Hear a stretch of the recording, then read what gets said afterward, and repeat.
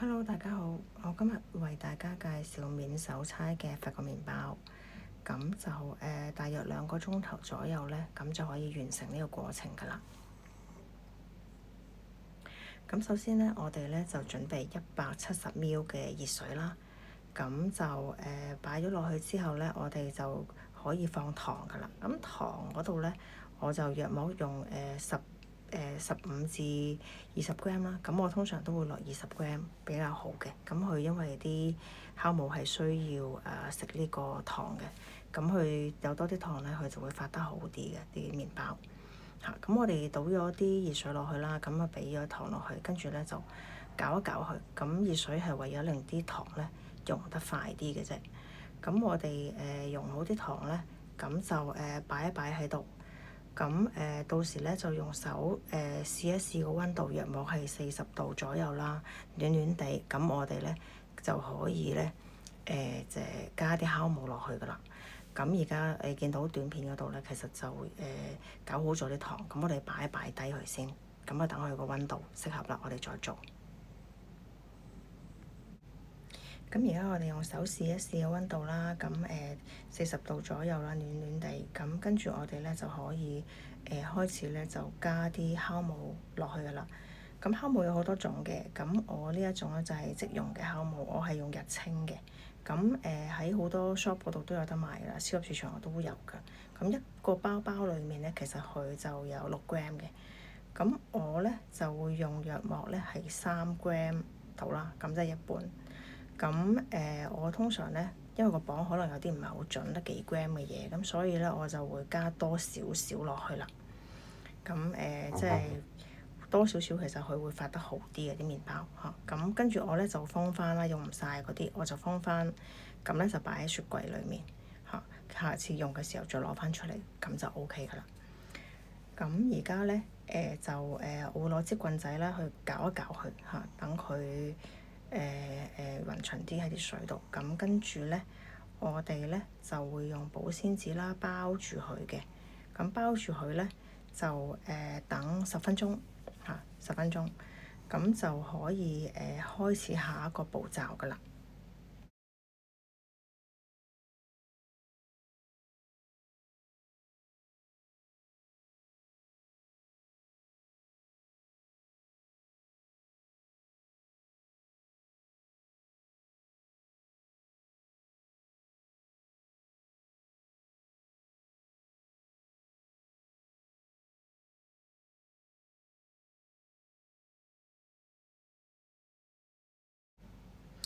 係咁，而家10分鐘咧就到啦。咁就大家見到咧，佢有啲泡泡喺中間，嗰啲係嗰啲酵母已經係醒咗嚇，即係發酵醒咗。咁我哋就加麵粉。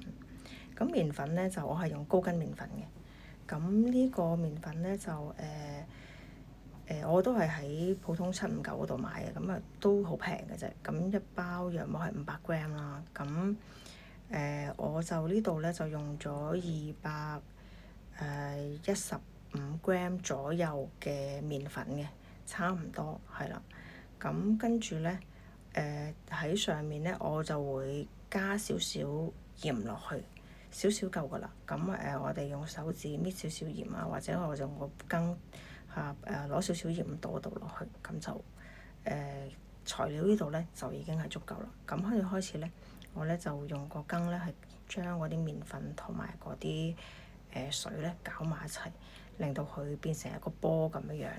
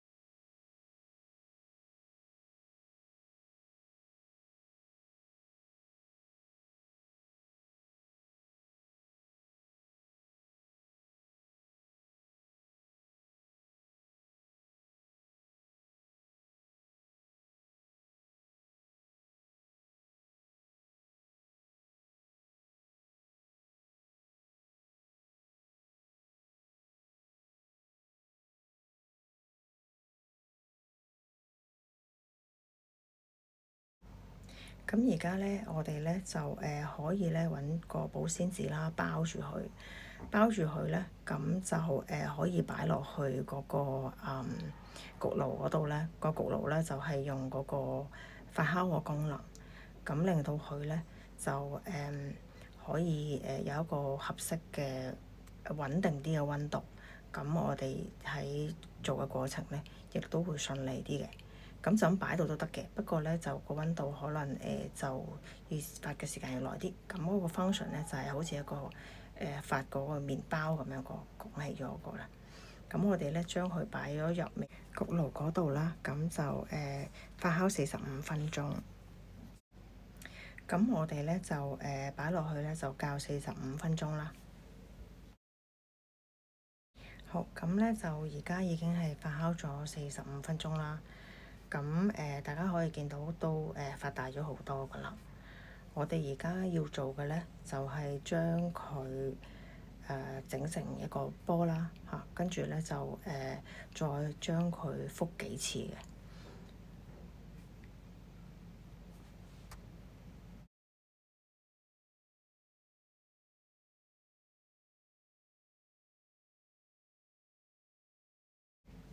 我哋將佢整成一個波嘅原因，就係為咗將佢裡面嘅二氧化碳褪咗出嚟嘅。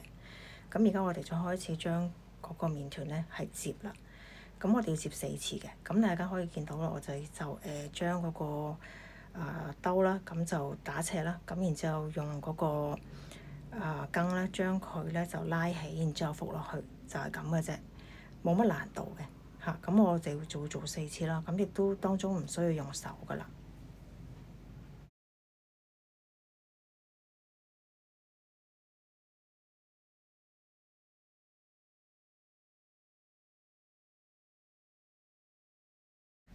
咁我哋完成咗呢個將佢摺4次咧，咁又係要將佢擺落去嗰個焗爐嗰度啦。咁亦都係繼續呢一個嘅45分鐘嘅個發酵噶啦。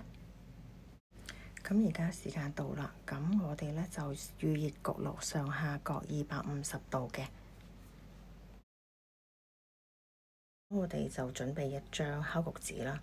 咁底面冇乜所謂嘅嚇。咁跟住咧就裁咗差唔多嘅大細啦。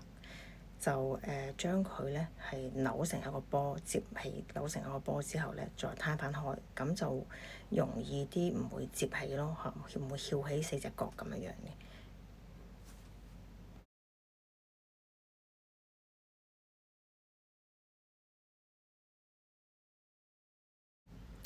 咁我就喺上面咧就撒啲麵粉嚇，咁個麵團咧就唔會黐住個底嘅，唔會黐住張紙啦。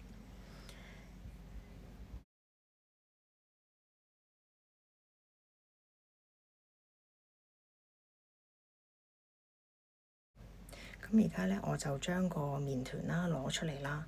咁麵團攞出嚟嘅時候咧，我亦都係會重複之前做嘅一個步驟咧，就係將佢嘅二氧化碳係褪咗出嚟啦，就係要將佢整成一個波咁，然之後去摺4次，情況係同頭先係一模一樣嘅。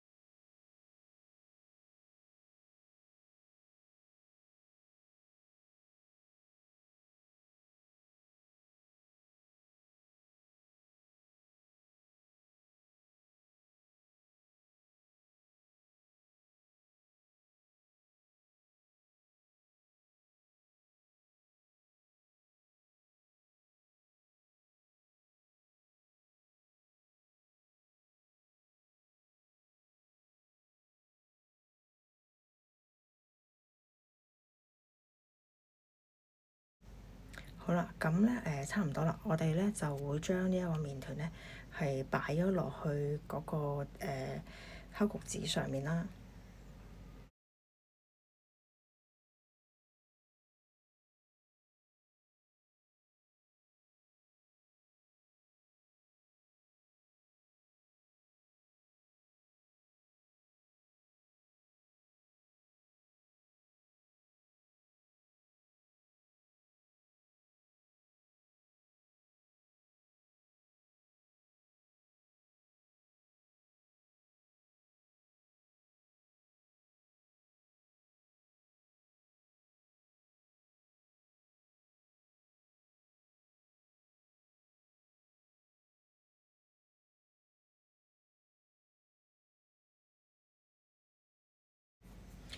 咁我會喺嗰個麵團上面咧係撒啲麵粉嘅。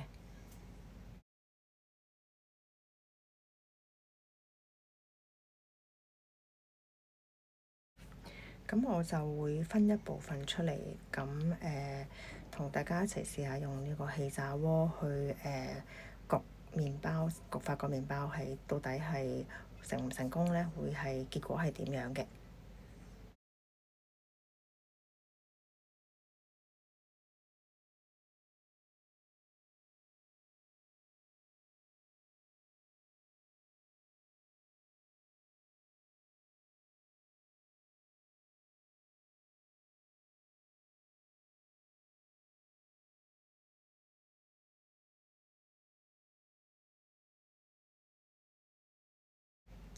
咁而家咧，我哋分好咗之後咧，咁我就會將大嗰個麵團咧係做咗先嘅。咁咧，我哋咧就會將個麵團咧鋪晒粉之後啦。咁其實大家見到都冇黐住嗰張紙嘅。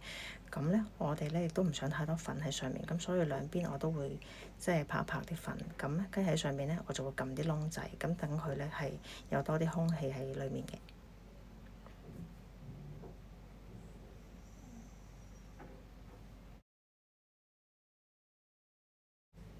咁而家咧，我哋咧就開始將佢摺啦。咁其實都冇乜技巧啊。咁啊，就咁將佢摺啦。摺完之後咧，咁佢嗰個邊邊嗰度咧，我哋咧就用兩隻手指幫佢捏埋捏埋，咁樣就 OK 嘅啦。其實。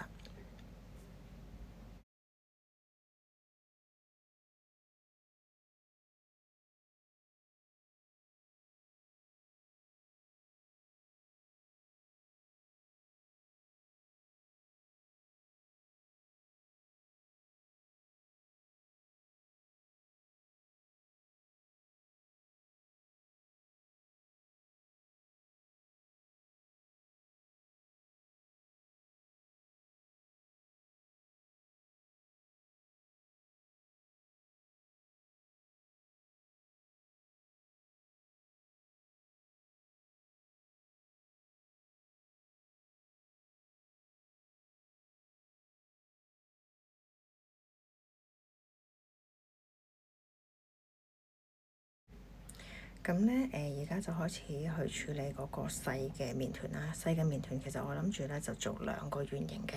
咁其實都唔使話即係將佢又磅啊又成啦。我哋自己做嘅又唔係餐廳，冇乜所謂嘅。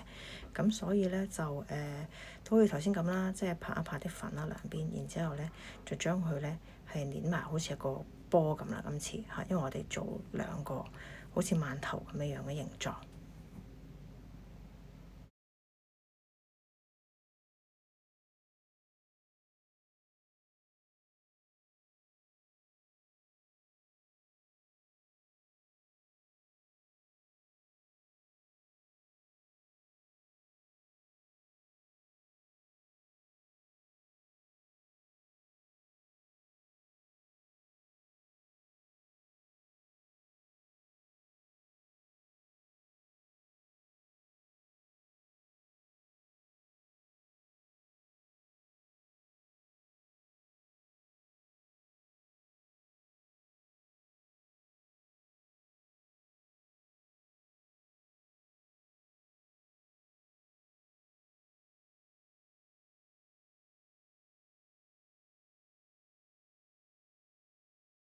咁而家咧，我哋咧就會攞張保鮮紙咧包住佢，咁保持佢嗰個溫度同埋濕度。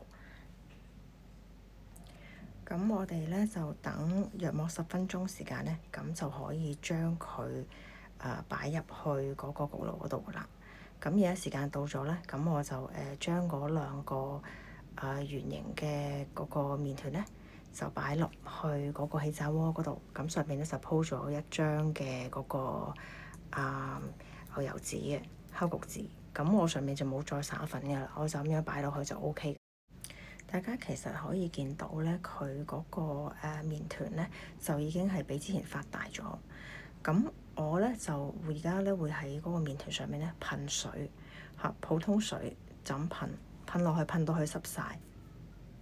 張紙上面咧你都可以噴一啲，咁樣就會令到佢其實咧嗰個表面會脆。咁我咧就用200度12分鐘。氣炸鍋咧就唔使預熱嘅，因為佢本身係好快就會熱，唔似得焗爐咧要等15分鐘嘅。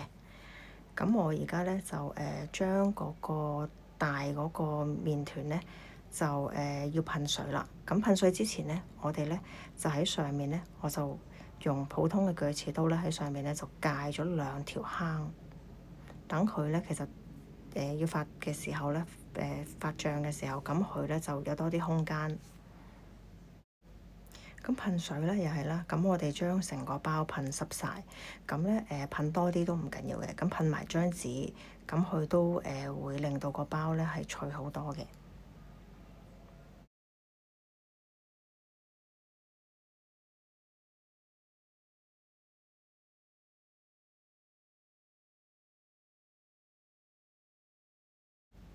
咁我哋打開個焗爐啦，咁就噴多啲水落去，等佢充滿水蒸氣，將嗰個麵團咧就擺落去嗰個中間嗰格22分鐘。咁我哋到10分鐘嘅時候咧，我哋咧就再喺上面噴水，再噴。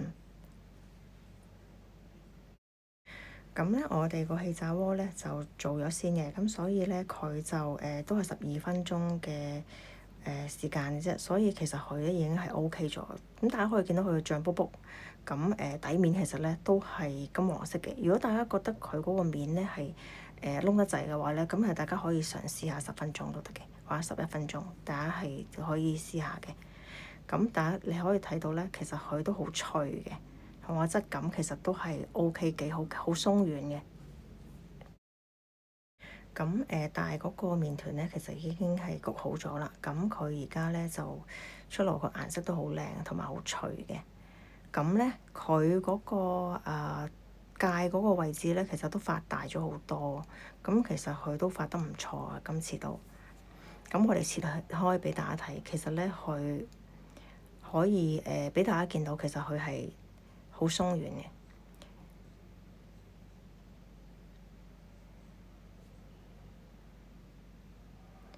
咁如果大家想脆啲咧，食之前咧，咁其實可以將佢擺翻落去焗爐嗰度啦。咁然之後咧，先至開始焗5分鐘，咁佢就會非常之脆噶啦。250度5分鐘，250度5分鐘。多謝大家收睇呢一個 video，希望你哋都成功可以做到一個你哋滿意嘅法包。多謝。